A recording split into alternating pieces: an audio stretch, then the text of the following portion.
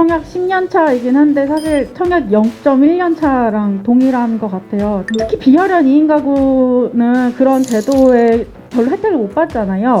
로또 청약이라고 불리는 아파트 분양이 이제 미분양된 게 한 채가 나와서 급하게 지원을 받았었는데 막 그게 수십만의 경쟁률에 이르렀다고 들었습니다. 발표가 났는데 그 당첨자분께서 계약금을 낼 수 없어서 후순위로 밀렸다던 기사를 봤었는데요. 저도 그 기사를 보면서 저도 그 정도의 계약금도 내지 감당할 수 없을 사람이 아니었을까라고 생각을 했습니다.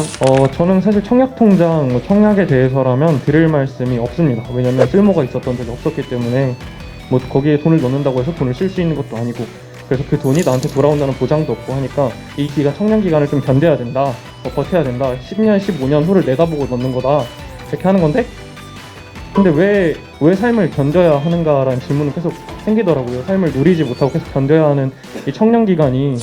그래서 사실은 이제 아까 말한 사회주택 말씀도 하셨고 이제 청년주택 말씀도 하셨는데, 주택 공급의 이제 질과 양에 대해서 좀 고민을 할 때가 된 것 같아요. 을들끼리의 전쟁 상태로 만들면 안 되겠다. 저는 언제나 그 생각하죠.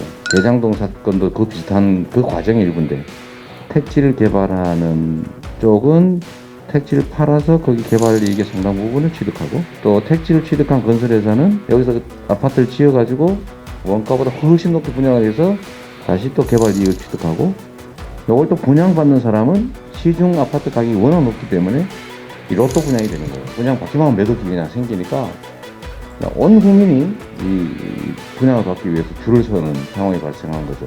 그래서 이 분양가 상한제나 원가 공개나 또 공공의 책임을 늘리는 것, 저는 LH공사 이런 데서 택지를 개발해가지고 왜 민간에 팔아먹는지 이해가 안 됩니다. 어쨌든 현실을 모르는 거는 잘못이 아니고 죄악이다. 행정을 구체적으로 내용을 모르고 정책을 만들어 집행하면 이런 일이 생기는데, 나 몰라서 그래서 용서가 안 되는 거죠. 힘센 사람, 얍삽한 사람이 이익 보는 사회가 돼버린 거 아닌가 싶어요.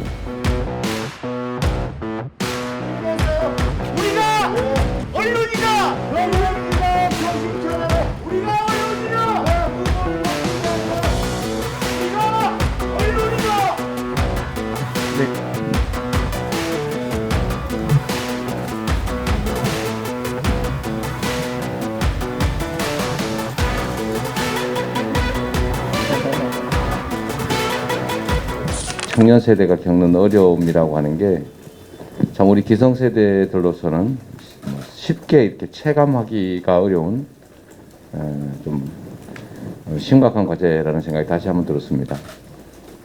사실 우리 사회의 모든 의사결정권은 우리 기성세대들이 가지고 있는데, 실제 현장에서 어려움을 겪는 것은 청년 세대들인 거죠. 우열을 가르는 경쟁이 아니고 생사가 걸린 전쟁이 되어버린 것 같습니다. 그래서 경쟁이 좀 격화되고, 또 공정성에 대한 열망도 더 커지고, 불공정에 대한 불만도 분노로 바뀌어가고 있는데, 제가 최근에 이제 현장을 자주 이렇게 접하면서 나름 이 문제에 대해서 깊이 고민하고 있다는 저조차도 매우 현실적이지는 못했다는 생각이 듭니다.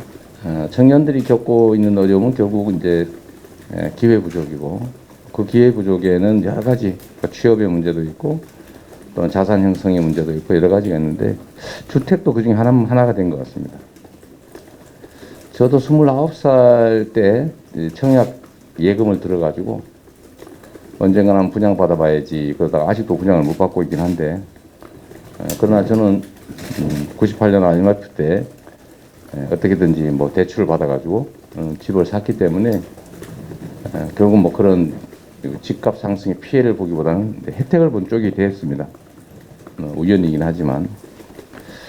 그런데 지금 청약저축 제도가 이제 분양 경쟁이 심해지고, 분양 경쟁이 심해진 이유는 사실 이제 분양 가격과 시중 가격의 차이가 워낙 커지면서 경쟁이 또 치열해진 측면도 하나 있습니다. 그러니까 비정상적인 주택 가격 상승 때문에 경쟁이 격화되고, 그러다 보니까 이제 뭐 무주택 기간, 또 가족 수, 또 뭐 가입 기간 이런 것들을 좀 종합해서 우선권을 부여하니 청년들은 가입 기간도 짧고 가족 수도 적고 무주택 기간도 짧고 그러니까 계속 배제되는 문제가 있는 것 같습니다. 오늘은 여러분들이 겪고 있는 현장의 문제들을 좀 저도 한번 들어보고 또 여러분들 제안도 좀 반영하고 우리가 앞으로 국민께 내세울 공식적인 정책들 이런 것도 한번 다듬어 보겠습니다. 좋은 의견 많이 주시고요. 또 뭐 저희들이 부족한 게 많을 테니까 질책도 하실 거 다 하시고 하십시오. 저희가 충분히 경청하고 또 여러분과 공감할 수 있는 시간을 한번 가져보겠습니다. 고맙습니다.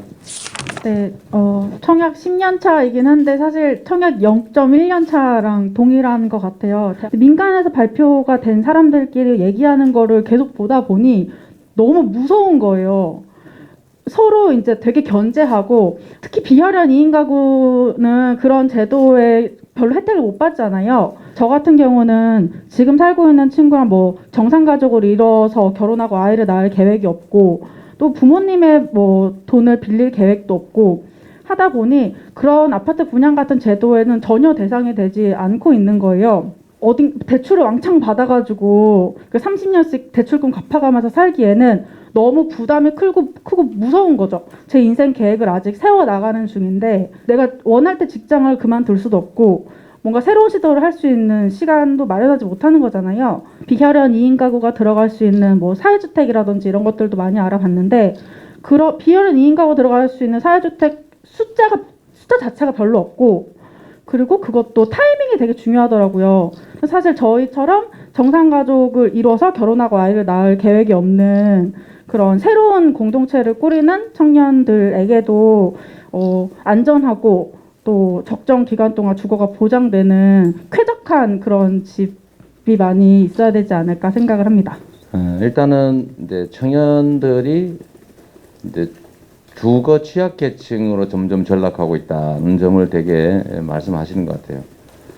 대한민국에 이제 주택이 너무 비싸져 버렸고 앞으로 정상적인 노동소득으로는 웬만해서는 집을 평생 모으더라도 사기 어려운 그런 상황이 점점 돼가기 때문에 결국 매우 큰 좌절의 원인이 되는 것 같습니다. 그래서 사실은 이제 아까 말한 사회주택 말씀도 하셨고 이제 청년주택 말씀도 하셨는데 이제 그 주택 공급의 이제 질과 양에 대해서 좀 고민을 할 때가 된 것 같아요. 이때까지 우리는 특히 수도권 관련해서는 이제 정부 정책이 특히 진보 정권이라고 불리는 이제 정권의 주택 정책 핵심은 투기 수요 억제 그리고 그 방식은 조세, 세금 정책이죠. 그다음에 금융, 대출 통제 정책, 그다음에 뭐 거래 제한, 뭐 토지 거래 허가 같은 거죠. 이 세 가지 방식을 동원해서 수요를 통제하면 적정한 물량이 공급되고 있기 때문에 비정상적인 집가 상승은 없을 것이다. 이렇게 봤던 거죠. 그런데 시장은 좀 다르게 반응했던 겁니다. 공급이 부족하다. 그렇기 때문에 아무리 수요를 억제해도 이게 풍선 효과만 발생하지 기본적으로 수요 공급 불일치에 의한 또 초과 수요에 의한 주택 가격 상승은 막을 수가 없다라고 인식했고 또 시장 구성원들이 그렇게 생각하니까 지금 안 사면 나중에 집값이 더 오를 것 같다라고 해서 또 가수요도 생기고 이러다 평생 집 못 사는 거 아닐까 해서 공포 수요, 불안 수요까지 생겨나게 된 거죠. 그러다 보니까 가격은 또 더 오르고 이런 악순환이 계속된 것 같습니다. 그래서 저는 일단은 주택 정책의 기본적인 방향은 공급을 충분히 늘리는 쪽으로 전환해야 되겠다. 그 생각을 지금 하고 있어요. 그래서 두려워할 필요 없이 어차피 도시는 계속 이제 밀도가 올라갈 수밖에 없는 게 역사적 경험이기 때문에 층수나 또 용적률을 일부 완화해서 이제 공급을 좀 늘리는 민간 공급을 늘리는 방식도 있겠고 또 공공택지 공급을 지금보다는 좀 과감하게 늘려서 공급을 안정적으로 늘려가는 게 문제 해결의 출발점이겠다는 생각은 합니다. 또 그렇게 하더라도 문제는 이제 청년 세대들은 가입 기간도 짧고 경제적 능력도 떨어지기 때문에 사실은 신규 주택을 취득하기가 쉽지가 않은 거죠. 그래서 이 문제에 대해서는 저는 청약 제도를 개편을 해가지고 가입 기간이 적고 뭐 1인 가구 또는 뭐 무주택 기간이 짧은 경우도 공평하게 그 분양받을 기회를 주자 이렇게 하면 그 오래된 그 기성세대들 입장에서 또 억울하지 않겠어요? 그거 믿고 수십 년을 청약예금 또는 뭐 적금 가입해가지고 열심히 냈고 막 오로지 그것만 기다리고 있는데 또 가족 수가 또 많으면 사실은 더 보호할 필요가 큰 것도 또 사실이거든요. 국가 공동체 입장은. 그래서 이거를 을들끼리의 전쟁 상태로 만들면 안 되겠다. 저는 언제나 그 생각하죠.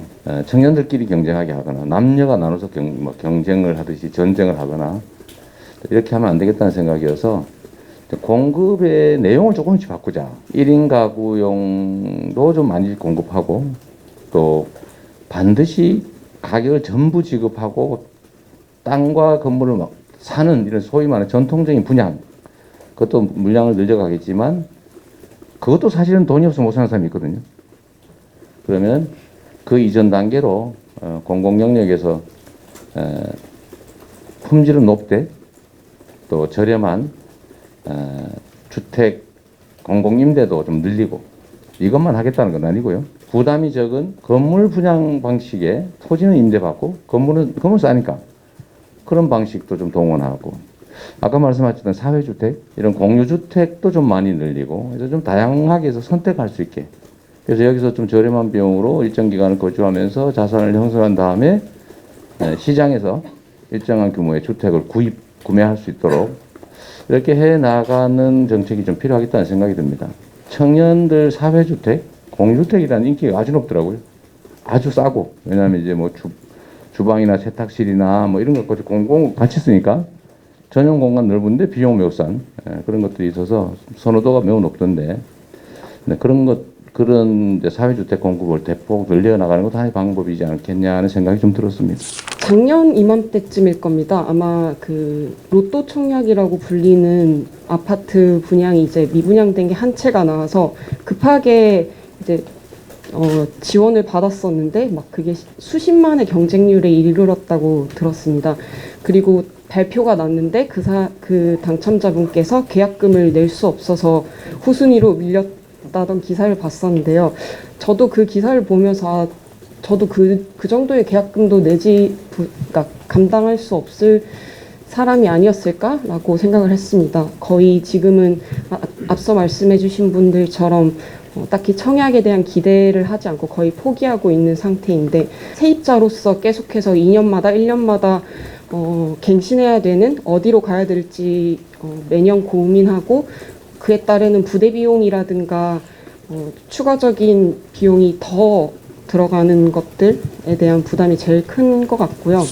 저는 사실 청약통장, 청약에 대해서라면 드릴 말씀이 없습니다. 왜냐하면 쓸모가 있었던 적이 없었기 때문에 뭐 거기에 돈을 넣는다고 해서 돈을 쓸 수 있는 것도 아니고 그래서 그 돈이 나한테 돌아온다는 보장도 없고 하니까 사실 드릴 말씀이 없는데 제가 어제 그래서 좀 찾아봤어요. 청약을 하려면 어떤 게 필요한가 뭐 가산점은 어떤 게 있고 어디에 요즘 분양이 되고 있나를 좀 찾아봤는데 애초에 그 청약에 관련해서 청년에게 묻는 게 좀 이상하다고 생각이 들었거든요. 왜냐면은 청약을 한다고 해서 찾아보니까 납입 회차가 몇십 회 넘어야 되고 뭐 부양가족도 있어야 되고 이러니까 사실 20, 30대로서는 거의 뭐 못 들어간다고 봐라 이렇게 다 말을 하더라고요. 그래서 뭐 이 기간 청년 기간을 좀 견뎌야 된다, 버텨야 된다, 10년, 15년 후를 내다보고 넣는 거다 이렇게 하는 건데 근데 왜 뭔가 이 삶이 계속 청년 때는 견뎌야 되는 거라고 하는데 왜 삶을 견뎌야 하는가라는 질문은 계속 생기더라고요. 삶을 누리지 못하고 계속 견뎌야 하는 이 청년 기간이 사실 이제 저도 이제 주택 청약 예금을 전 들어놨었죠. 예금을 들어놨고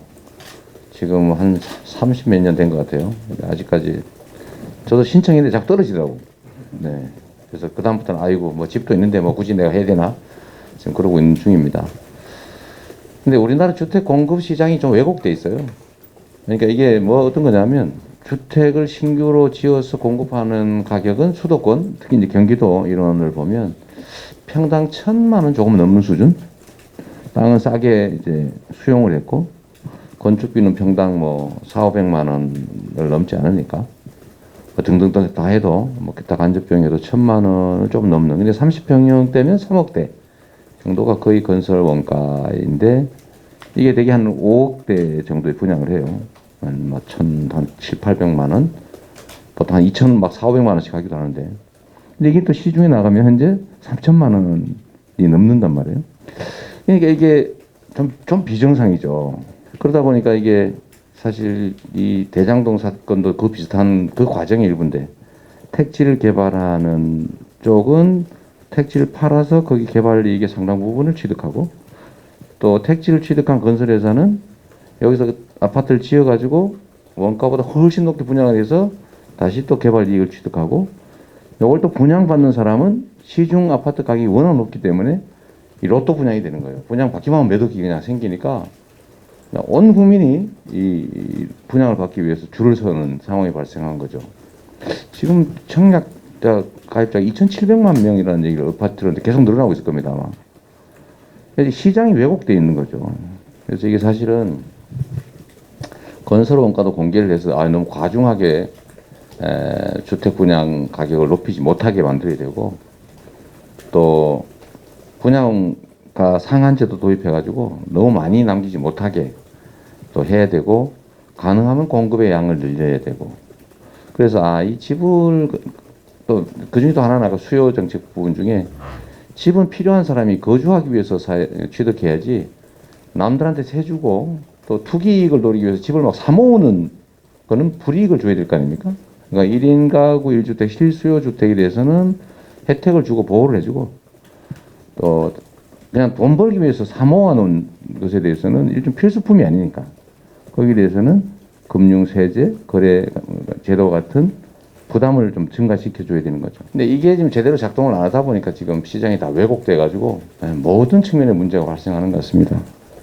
그래서 이 분양가 상한제나 원가 공개나 또 공공의 책임을 늘리는 거 저는 LH공사 이런 데서 택지를 개발해 가지고 왜 민간이 팔아먹는지 이해가 안 됩니다. 여러분 이해가 되세요? 그 택지를 팔면은 이거 좀 재밌는 얘기인데 감정 가격 이상으로 못 받게 돼 있어요. 왜냐하면 분양 가격을 통제를 하기 때문에 분양가가 올라갈 가능성이 있잖아요. 그러니까 얼마 이상으로는 못 팔게 돼 놓으니까 서로 살다가 난리가 날 거 아닙니까? 그 사기만 하면 몇천억이 남는 거예요. 그 사기만 해도. 그래서 가짜 회사를 만들어 가지고 추첨을 하거든요. 추첨 확률을 높이려고 가짜 회사를 만들어 가지고 수백 대 1이 됩니다. 추첨에 당첨이 되면 그냥 그것만 해도 수백억이 그냥 생겨요. 이게 좀 이상하지 않습니까? 그냥 LH가 집 지어서 건설공사만 맡기면 되죠, 건설회사에. 왜 땅을 굳이 파냐? 그 법으로 팔게 돼 있죠, 장 의원님. 네. 왜 그래요? 이제 LH에서 교차보존 방식이라고 해서 택지 조성 원가로 팔면 싸니까 주택을 만들어서 팔게 됩니다. 그건 이유인데, 그러면 분양을 자기가 하면 되잖아요. 왜 택지를 팔아서 민간이 건축, 건설 분양 이익을 가지게 합니까? 그래서 이런 과정을 거쳐서 계속 분양가가 올라가요. 올라가도 시중 가격이 높기 때문에 로또가 되는. 그래서 이런 구조적인 문제를 좀 고쳐갈 필요는 있다. 결국 그 피해는 이제 무주택자들이나 아니면 청약 기회조차도 실질적으로 배제되어 있는 사람들이 입는 거고, 제가 아까 그 말씀 중에 우리가 왜 견뎌야 되냐, 우리는 누리고 살면 안 되냐, 그 말씀 진짜 안타깝고 가슴 아프네요. 이 점에서 정말 가슴 아픈 부분이 그런 겁니다. 청년은 미래가 창창하니까 또 건강하니까 고통을 좀 견뎌도 괜찮다, 이런 묘한 생각이 있어요. 이게 한때는 맞는 말이었어요. 희망이 많은 시절, 막 도전을 막 해도 되고 실패해도 얼마든지 다시 막 도전할 기회가 있던 그런 우리가 살던 시대, 그런 시대에 맞는 말인데 지금은 기회도 없는, 한번 실패하면 큰일 나는 이런 사회에서 우리 젊은이들에게 아프니까 청춘이다, 젊어서 고생해서 사수도 한다, 이런 소리 하는 건 정말 가혹한 일인 건 맞습니다. 지금 여러분들 말씀을 듣고 보니까 정말로 이렇게 현장과 동떨어진 행정이 어떤 결과를 빚는지 체감이 되는 것 같습니다. 어쨌든 현실을 모르는 거는 잘못이 아니고 죄악이다. 그래서 그 말씀 드리는 겁니다. 행정을 구체적으로 내용을 모르고 정책을 만들어 집행하면 이런 일이 생기는데, 나 몰라서 그래서 용서가 안 되는 거죠. 그래서 내 개인 일을 처리할 때는 무지나 무식이 자기 책임이니까, 자기 손실이니까 그건 아무도 문제 삼지 않는데, 타인의 일을 대신하는, 그중에서도 다중의 일을 대신하는 공직자의 무능과 무지는 그건 죄악입니다. 죄악. 그래서 이런 일들은 좀 안 생기게 할 필요가 있고요. 현실을 몰라서 그런 거니까 라고 말하는 것 자체는 내가 죽을 죄를 지었다, 이 얘기와 같은 거죠. 힘센 사람, 얍삽한 사람이 이익 보는 사회가 돼버린 거 아닌가 싶어요. 기회가 없을지라도 저도 한 정치인으로서 조금이라도 개선될 수 있도록 최선을 다해보겠습니다. 고맙습니다. 수고하셨습니다. 패션 너무 멋있습니다, 어머니. 아 진짜요?